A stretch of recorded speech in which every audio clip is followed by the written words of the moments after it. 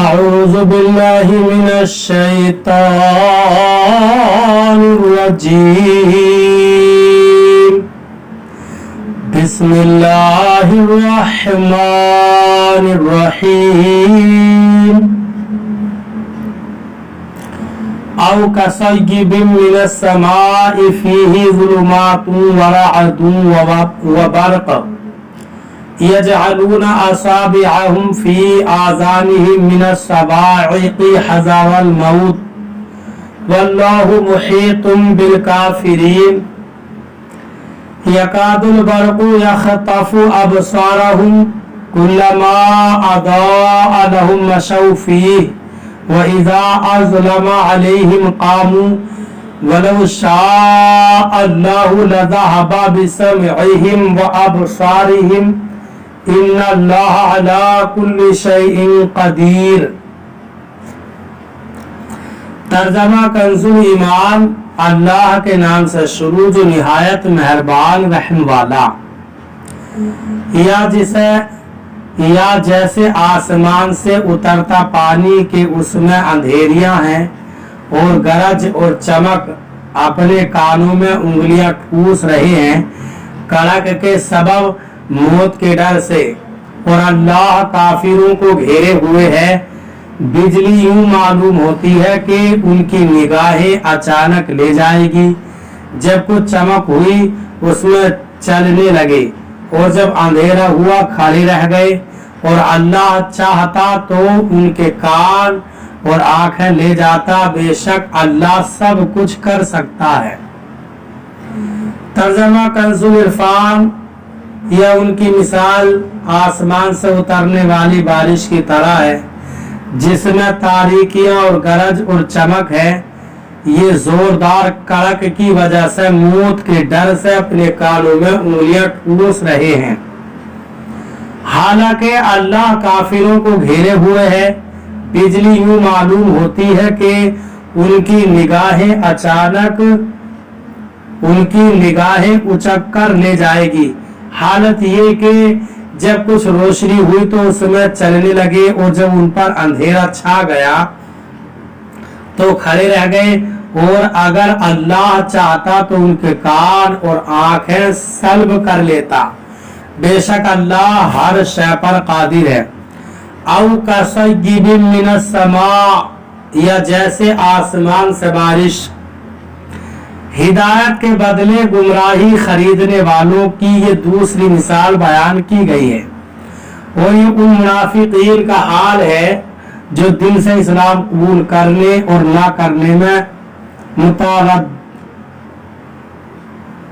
متردد رہتے ہیں. ان کے بارے میں فرمایا کہ جس طرح اندھیری رات اور بادل و بارش کی تاریکیوں میں مسافر متحیر ہوتا ہے، جب بجلی چمکتی ہے تو کچھ چل لیتا ہے، جب اندھیرا ہوتا ہے تو کھڑا رہ جاتا ہے، اسی طرح اسلام کے غلبے اور معجزات کی روشنی اور آرام کے وقت منافق اسلام کی طرف راغب ہوتے ہیں، اور جب کوئی مشقت پیش آتی ہے تو کفر تاریکی میں کھڑے رہ جاتے ہیں اور اسلام سے ہٹنے لگتے ہیں. اور یہی مقام اپنے اور بیگانے مخلص اور منافق کے پہچان کا ہوتا ہے. منافقوں کی اسی طرح کی حالت سورہ نور آیت نمبر 48 اور 49 میں بیان کی گئی ہے. علی کل شیء قدیر. اللہ تعالی ہر شے پر قادر ہے. شے اسی کو کہتے ہیں جسے اللہ تعالی چاہے اور جو مشیت یعنی چاہنے کے تحت آ سکے. ہر ممکن چیز شے میں داخل ہے اور ہر شے اللہ تعالی کی قدرت میں ہے. اور جو ممکن نہیں بلکہ واجب یا محال ہے اسے اللہ تعالی کے ارادے اور قدرت کا تعلق ہی نہیں ہوتا. جیسے اللہ تعالی کی ذات و صفات واجب ہیں اس لیے قدرت کے تحت داخل نہیں. مثلا یہ نہیں ہو سکتا کہ اللہ تعالی چاہے تو اپنا علم ختم کر کے بے علم ہو جائے یا معاذ اللہ جھوٹ بولے. یاد رہے کہ ان چیزوں کا اللہ تعالی کی قدرت کے تحت نہ آنا اس کی قدرت میں نقص و کمی کی وجہ سے نہیں बल्कि ये उन चीजों का नुक्स है कि उनमें ये सलाहियत नहीं कि अल्लाह ताला की कुदरत से मुताल्लिक हो सके। या अय्युहन्नासु उबुदू रब्बकुमुल्लज़ी खलक़कुम वल्लज़ीना मिन क़ब्लिकुम लअल्लकुम तत्तक़ून। तर्जमा कंजुल ईमान, ऐ लोगों अपने रब को पूजो जिसने तुम्हें और तुमसे अगलों को पैदा किया, ये उम्मीद करते हुए कि तुम्हें परहेजगारी मिले। तर्जमा कंजुल इरफान, ऐ लोगों अपने रब की इबादत करो जिसने तुम्हें और तुमसे पहले लोगों को पैदा किया, ये उम्मीद करते हुए इबादत करो कि तुम्हें परहेजगारी मिल जाए। या अय्युहन्नास, ऐ लोगों, सूरह बकरा के शुरू में बताया गया कि ये किताब मुत्तकीन की हिदायत के लिए नाजिल हुई। फिर मुत्तकीन का औसाफ जिक्र फरमाए, उसके बाद उससे मुनहरिफ होने वाले फिरकों का और उनके अहवाल का जिक्र फरमाया कि सआदतमंद इंसान हिदायत और तकवा की तरफ राग़िब हो और नाफरमानी और बगावत से बचे। अब तकवा हासिल करने का तरीका बताया जा रहा है और वो तरीका इबादत और इताअत इलाही है। या अय्युहन्नास के जरिए तमाम इंसानों से खिताब है और इस बात का इशारा है कि इंसानी शराफत इसी में है कि आदमी तकवा हासिल करे और अल्लाह ताला का बंदा बने। इबादत उस इंतहाई ताज़ीम का नाम है जो बंदा अपनी अब्दियत यानी बंदा होने और माबूद को उलूहियत यानी माबूद होने के एतिकाद और एतराफ के साथ बजा लाए। यहाँ इबादत, तौहीद और इसके अलावा वो अपनी तमाम किस्मों को शामिल है। काफिरों के एतिकाद और एतराफ, काफिरों को इबादत का हुक्म इस माना में है कि वो सबसे बुनियादी इबादत यानी ईमान लाएं और उसके बाद दीगर अमाल बजा लाएं। लअल्लकुम तत्तकून, ताकि तुम्हें परहेजगारी मिले। इससे मालूम हुआ कि इबादत का फायदा आबिदी को मिलता है, जबकि अल्लाह ताला उससे पाक है कि उसको इबादत या और किसी चीज से नफा हासिल हो।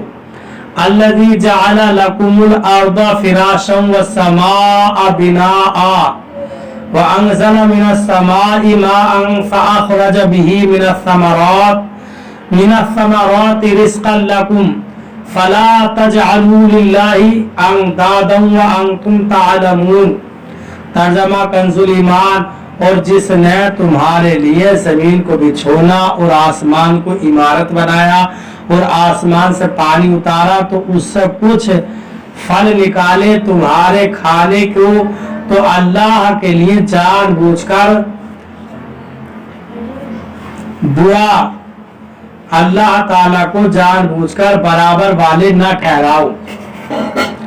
तर्जमा कंजुल इरफान, जिसने तुम्हारे लिए जमीन को बिछोना और आसमान को छत बनाया और उसने आसमान से पानी उतारा, फिर उस पानी के जरिए तुम्हारे खाने के लिए कई फल पैदा किए, तो तुम जानबूझकर अल्लाह के शरीक न बनाओ।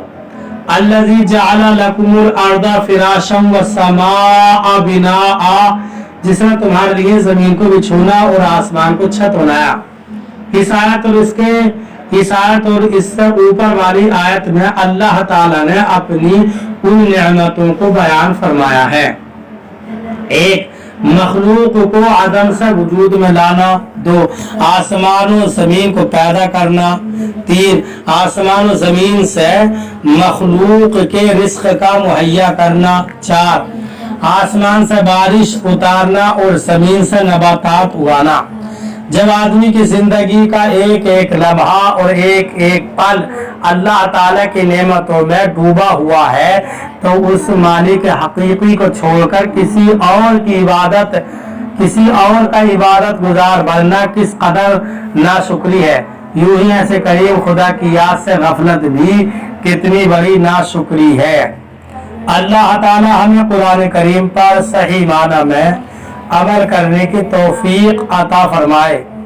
बरादरान इस्लाम, آپ تمامی حضرات سے گزارش کی جاتی ہے کہ خود بھی قرآن کریم کی تلاوت، ترجمہ اور تفسیر سماعت کیجئے، اپنے عزیز و اقارب اور رشتہ دار کو بھی شیئر کیجئے تاکہ آپ اس کے ذریعے صدقہ جاریہ کے مستحق ہو جائیں۔